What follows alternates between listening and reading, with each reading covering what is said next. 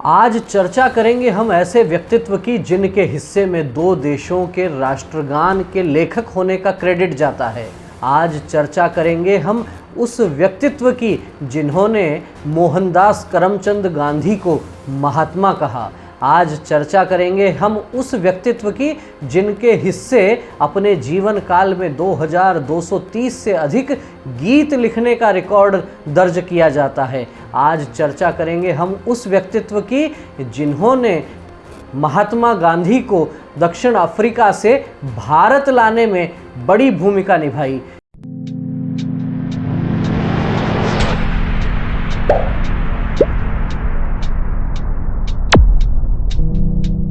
नमस्कार, मैं हूं विवेकानंद शर्मा और आप देख रहे हैं द विवेक व्यूज।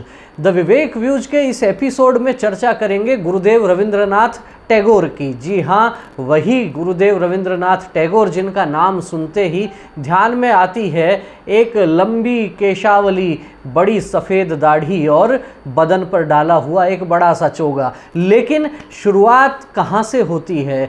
18वीं सदी में जब जन्म होता है उनका 1862 में, उस समय एक समृद्ध परिवार में उनका जन्म होता है। और उनकी जब प्रारंभिक शिक्षा दीक्षा की बात करते हैं तो ध्यान में आता है कि रविंद्रनाथ टैगोर को जो औपचारिक शिक्षा उस दौर में मिला करती थी उससे बड़ी चिढ़ थी। और ये चिढ़ आगे जाकर विश्व भारती विश्वविद्यालय या कहिए शांति निकेतन की स्थापना का भी एक बड़ा कारण बनती है। औपचारिक शिक्षा से बड़ी चिढ़ थी, लेकिन प्रकृति का सामीप्य बड़ा पसंद था। और हमारे यहाँ कहा भी जाता है, नदियाँ न पिए कभी अपना जल, वृक्ष न खाए कभी अपना फल, अपने तन का मन का धन का देश को दे दे दान रे, वो सच्चा इंसान रे। प्रकृति सच्चा इंसान बनना सिखाती है। और कहीं न कहीं यही भाव गुरुदेव रविंद्रनाथ टैगोर के मन मस्तिष्क में भी था।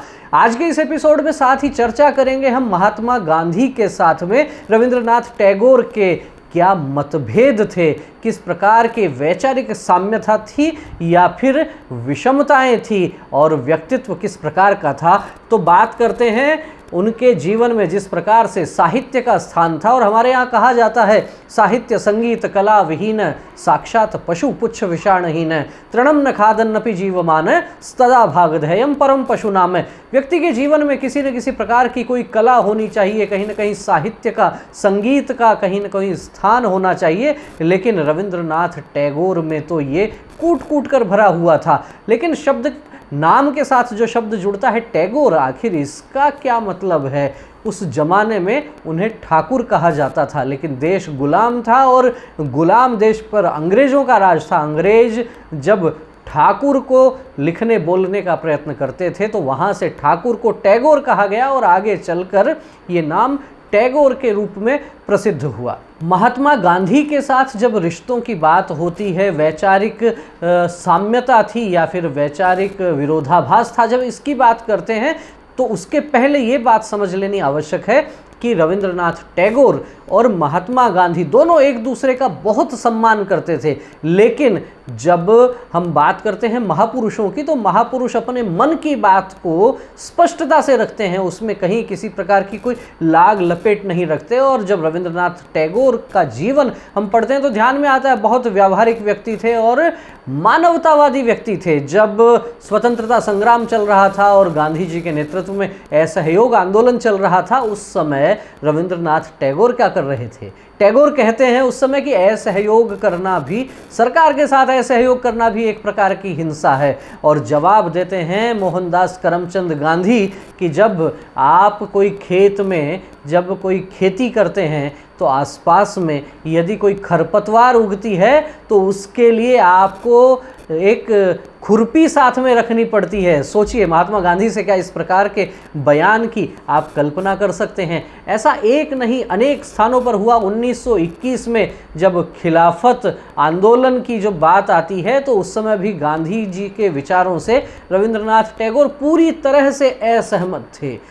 खिलाफत आंदोलन के समय असहमत थे, असहयोग आंदोलन के समय उनका अपना एक अलग विचार था। और एक बार जब बिहार में भूकंप आता है और महात्मा गांधी जब कहते हैं कि जो भारत में अस्पृश्यता का दौर है, जिस कारण से व्यक्ति व्यक्ति में भेद होता है, इस कारण कहीं ना कहीं ईश्वर नाराज हो गया है। इस पर बहुत कड़ी प्रतिक्रिया रविंद्रनाथ टैगोर ने उस समय दी और उन्होंने कहा कि किसी प्राकृतिक आपदा को यदि आप ईश्वर की अप्रसन्नता से जोड़ते हैं तो मुझे लगता है कि इसमें अभी कुछ और समझने की आवश्यकता है। और इस बयान की कड़ी निंदा रविंद्रनाथ टैगोर ने की। लेकिन दूसरी तरफ बात यह भी समझने की है कि जिस दौर में शांति निकेतन आर्थिक संकट से जूझ रहा था और महात्मा गांधी को पता लगता है कि रविंद्रनाथ टैगोर देश के अलग अलग हिस्सों में जाकर नाटक कर रहे हैं, क्योंकि नाटक लिखते भी थे, अभिनय भी कर लेते थे और स्वास्थ्य प्रतिकूल था। उस दौर में जब मोहनदास करमचंद गांधी, महात्मा गांधी को जब पता लगता है कि रविंद्रनाथ टैगोर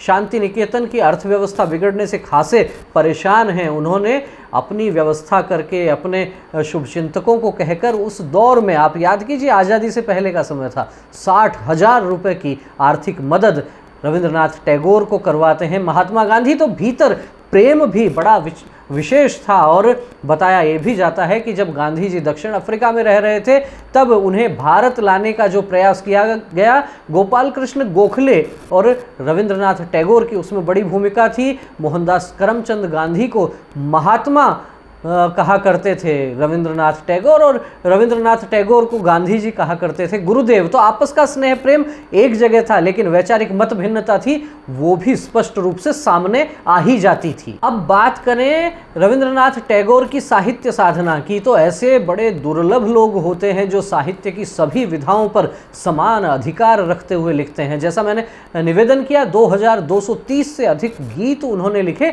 लेकिन गीत लिखने के साथ साथ अनेक विषयों पर उन्होंने लेख लिखे, यात्रा वृतांत लिखे, नाटक लिखे।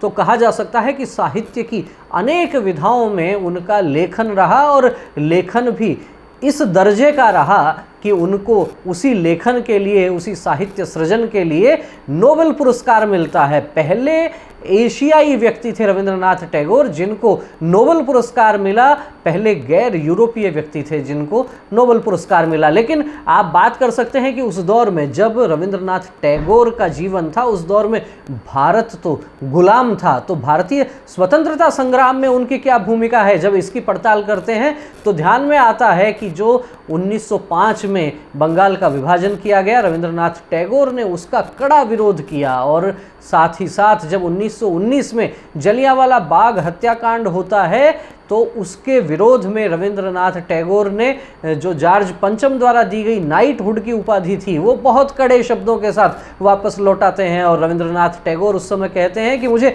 अंग्रेजी हुकूमत से किसी सम्मान की अपेक्षा नहीं है, उनका दिया गया सम्मान मैं वापस लौटाता हूं, क्योंकि यदि आप हमारे देश के नागरिकों को उनके मूल अधिकारों से वंचित करेंगे, आप इनको इंसान नहीं समझेंगे, तो मुझे नहीं लगता कि आपकी नाइटहुड की जो उपाधि दी गई है वो रखने का कोई मतलब रह जाता है। स्पष्ट रूप से समझा जा सकता है कि देशभक्ति की भावना भी कूट कूट कर भरी हुई थी। और जो लोग ये कहते हैं कि जनगण मन की रचना उन्होंने किसी अंग्रेज को खुश करने के लिए लिखा था, इस संदर्भ में भी रविंद्रनाथ टैगोर अपनी आत्मकथा में स्पष्ट रूप से लिखते हैं कि उनके किसी मित्र ने ये अवश्य उनको कहा था कि जॉर्ज पंचम भारत आने वाले हैं, उनके स्वागत के लिए कुछ लिखना है, लेकिन सिरे से खारिज कर देते हैं रविंद्रनाथ टैगोर और स्पष्ट रूप से मना करते हैं कि मैं किसी अंग्रेज की स्तुति के लिए कुछ नहीं लिखने वाला हूँ। जनगण मन की रचना काफ़ी पहले वो कर चुके थे और उसका वाचन भी कांग्रेस के अधिवेशन में हो चुका था। ठीक इसी प्रकार 1905 में जब बंगाल का विभाजन होता है उस समय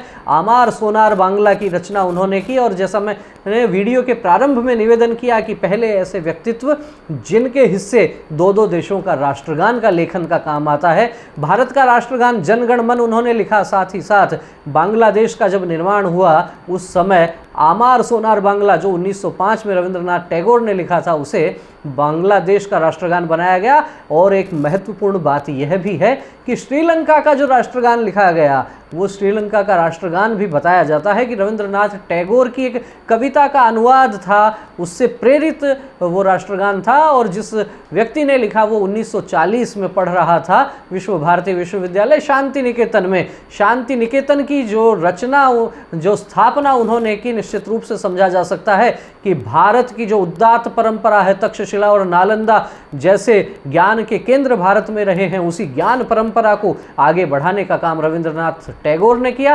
प्रकृति के सामीप्य की वो बात करते थे, औपचारिक शिक्षा से बचने की बात करते थे, और साथ ही साथ वर्तमान केंद्र सरकार जिस तरीके से नई शिक्षा नीति में परिवर्तन की जो बात करती है, प्रारंभिक शिक्षा मातृभाषा में देने की बात करती है, ठाकुर रविंद्रनाथ टैगोर भी यही कहते थे कि प्रारंभिक शिक्षा मातृभाषा में होनी चाहिए, अंग्रेजी भाषा थोपनी नहीं चाहिए। बच्चों को जिस भाषा में सपने आते हों, जिस भाषा में उनकी कल्पनाशीलता हो, उसी भाषा में प्रारंभिक शिक्षा भी होनी चाहिए। तो शिक्षा के क्षेत्र में बहुत बड़ा काम किया, साहित्य के क्षेत्र में बड़ा काम किया।